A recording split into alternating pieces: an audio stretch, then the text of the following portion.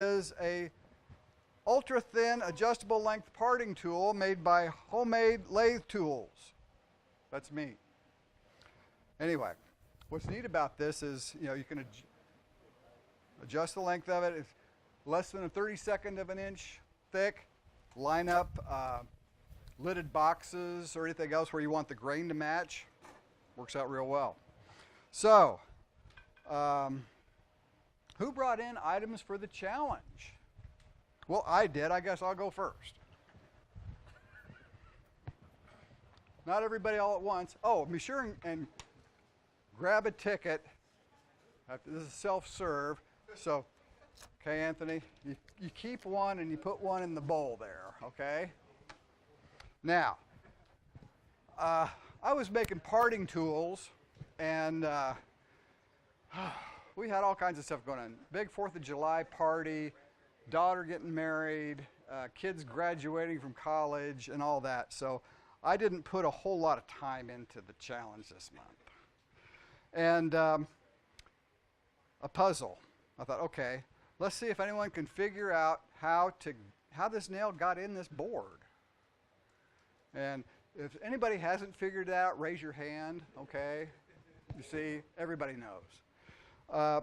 What I learned from this is, first of all, I wanted a piece of quarter sawn lumber, so the grain's going this way and not this way, so people can see that I cut it down the middle here, and then you grind the little hole in the middle, then you put it back together, you lay the nail in there, glue it back together, and then sand it up.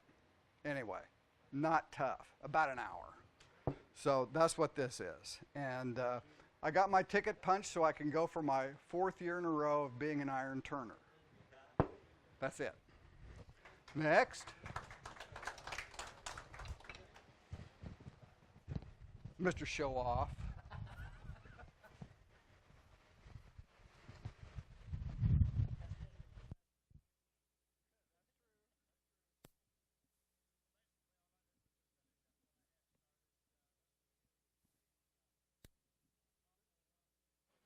That we were using for the demonstration. And I always leave the outside ring unglued so that I can take the rings off to be able to put my code in and still be able to work with it. So everything is still open, and as you can see, this is all one solid piece. Rings, and then this is one solid piece, just like what I had before. And then this one here is the one that had the PVC. And I used, instead of the wooden dowels, I used actually aluminum pins on it. Now I can't find the number on it. Ah, there it is.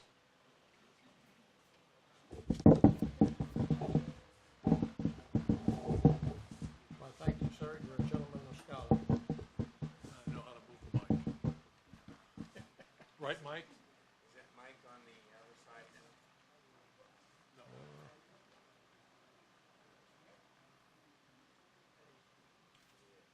I'm just too noisy for it.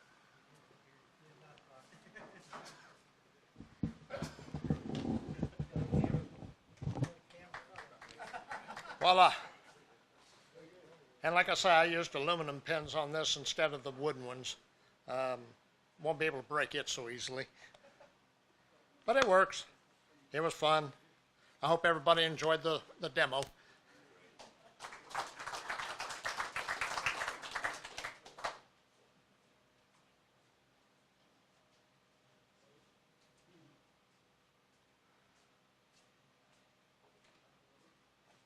Well, everybody's into Da Vinci code boxes. This one here I made several years ago. As you see, it comes out, and it's got the little container on the inside of it. And it's got all the pins in the top of it. And they're real fun to make. Just got to remember to whatever your code you put in there, make sure you remember what the code is. You know, it takes there's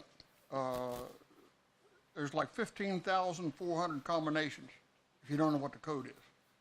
So that's, you know, remember the code. Magic. Okay? It's a magic box, damn it.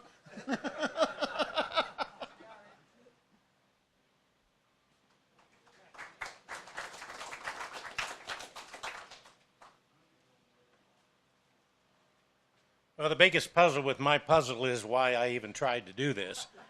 But I did make this, and if you look on the top, it says another product from A Flop. So, and then but it does kind of work, and the code is a failure, and it does come apart. But it's kind of crooked and kind of, you know, but it was fun to do, and I'll probably try another one.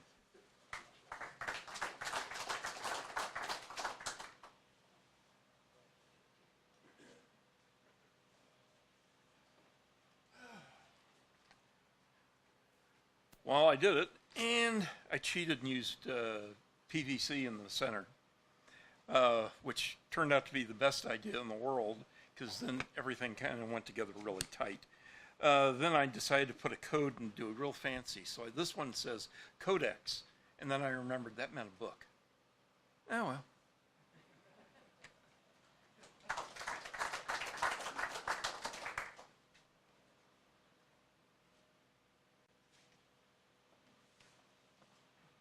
Well, we were gone for 2 weeks this month, so I didn't have time to figure that out. So I just made this captive ring puzzle. And since I only have one hand, I can't really show you how to solve it. So.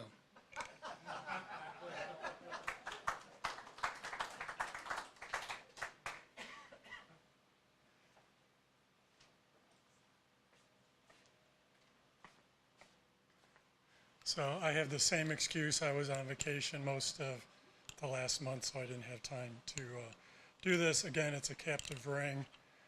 I don't know how you guys did your captive rings. Sean figured out, he said, well, it's segmented, and I glued it together, and that's how I got it. I put it in here and glued it together. All right, so thanks for the hint on that one, Sean.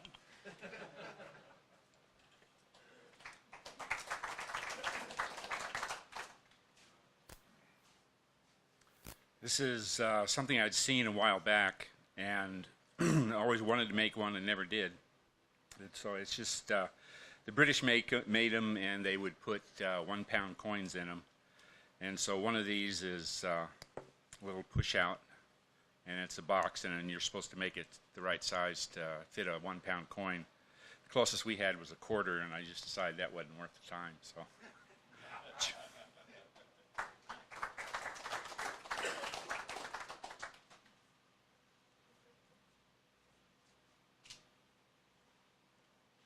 This is called the Tower of Hanoi.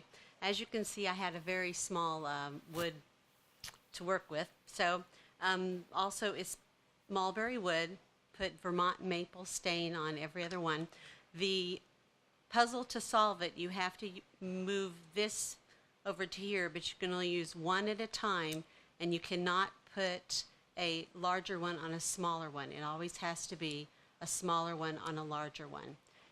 You have to do 2 to the nth power minus 1 is the least amount you can do. So if you have 3 of them, you should be able to solve it in 7 moves. If you have 5 of them, I believe it's 31 moves.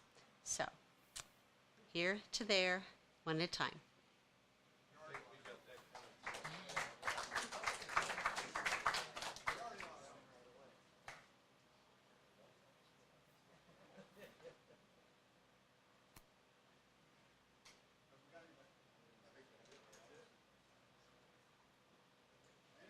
Challenge items for tonight. Okay. Everybody got a ticket? I didn't. Oh, okay. I want to use Mike's parting tool.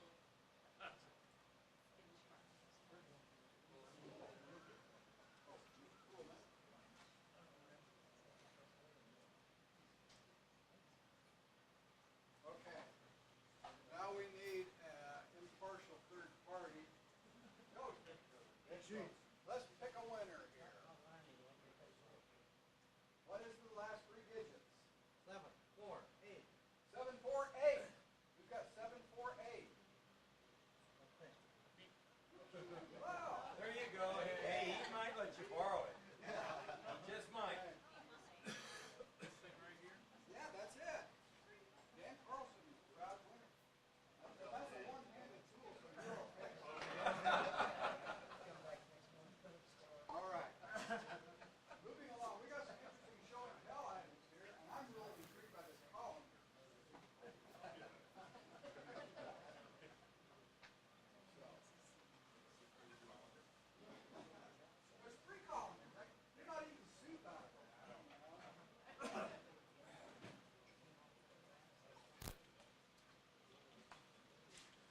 This is Walnut Burl. I got them. I was lucky enough to get them. I got 3 walnut burls, and this is one of them. I cored them to get pieces out. Next one's I changed the way I core them, and so the next sets will be a little better. It's interesting. It's not bug eaten; it's just kind of rotted. This has Watco on it. Those 2 are lacquered, and I was kind of testing them to see which I liked. I picked out the stuff with a dental pick and then actually sandblasted it, and it was a problem. So I'm going to try it a little different for the next ones. So which one do you like, the Watco or the lacquer? I like the lacquer.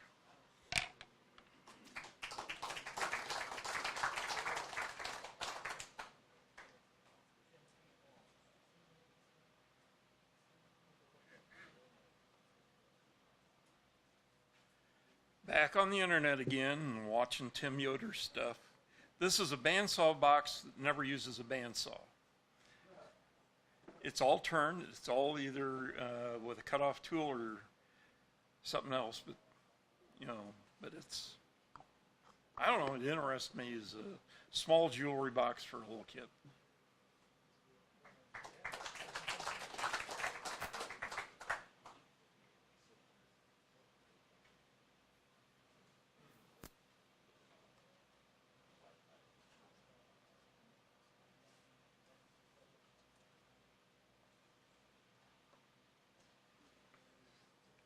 It was bound to happen.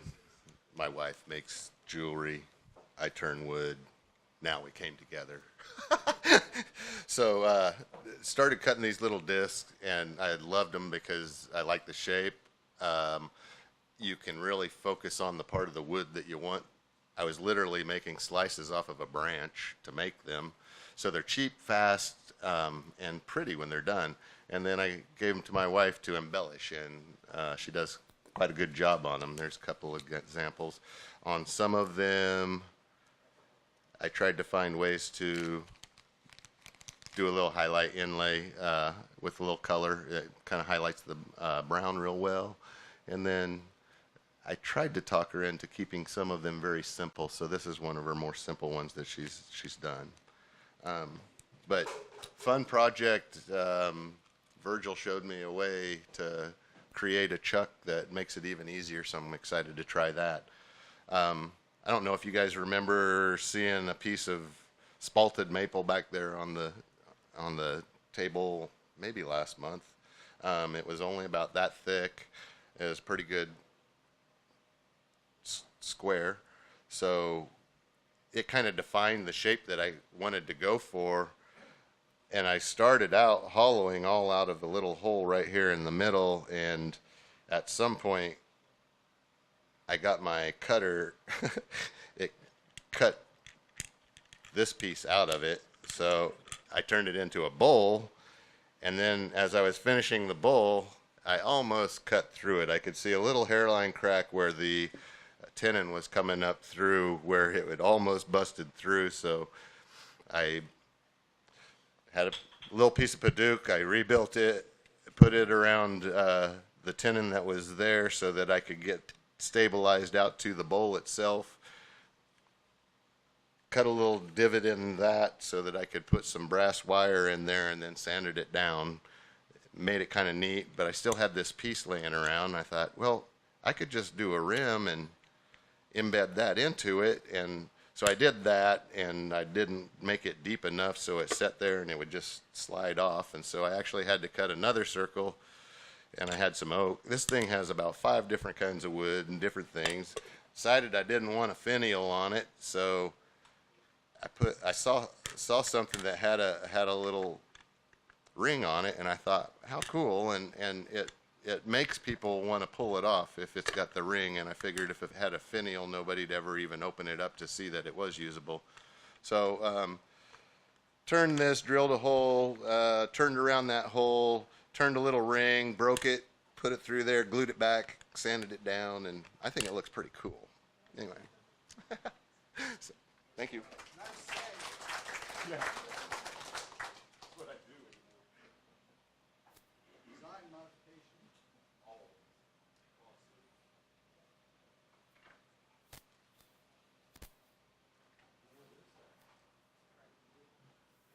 First, I'll talk a little bit about this little walnut platter. It's kind of the remnant of a bowl that was about that big, so this is the bottom. Nice platter, very thin. Anyway, I finished this with that 3408 new non-odor super glue, and I'm really pleased with how it did. I learned that if you don't get it wiped off smoothly, you're going to do a little sanding, a little more sanding, a little more sanding. And so if you get down to the bottom, that material soaks into the wood, really does. It penetrates right in. So it leaves a nice foundation underneath for the cross-cutting, like end grain. You don't have that problem with cutting it if you turn it afterwards. And but if you also go deep, you can get the wood back. I like the walnut feel. That is, you know, the oiled walnut feel. So this one has had almost of the super glue sanded off, and then you can get something. And I suppose if you put it back on, you could make it gloss, you know, like clear plastic, but that doesn't bring my chime. So the other part that's up here, this is a spalted oak turning, a little cup base that I've made for my sister. I made this one for me and sent it to her. And she is a jewelry designer and works in polymer clays and silver and all kind of stuff. And so she made this polymer material, and since this was a Danish oil finish on here, and she used a heat gun and a pyrometer to get the plastic up to 180 degrees, because I don't think this would have liked 210 degrees too well. So she just polymerized the plastic on it. And this one's going to her, and she'll make her own design up for that. So I thought it turned out to be rather interesting. So that's a mixed art deal.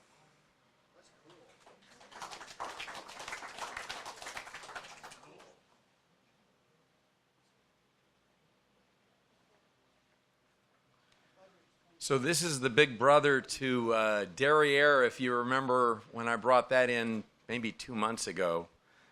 And the neat thing is the feather inside and out, and then I did another kind of large bead for the foot, and silver maple and walnut oil with lacquer.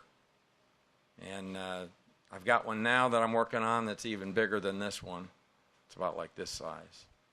So maybe it'll take me a couple more months to finish that one. I see here that here's my burn mark. If you remember, I caught this thing on fire. When was that? 2 months ago? 3 months ago? Anyway, tattooed it really well.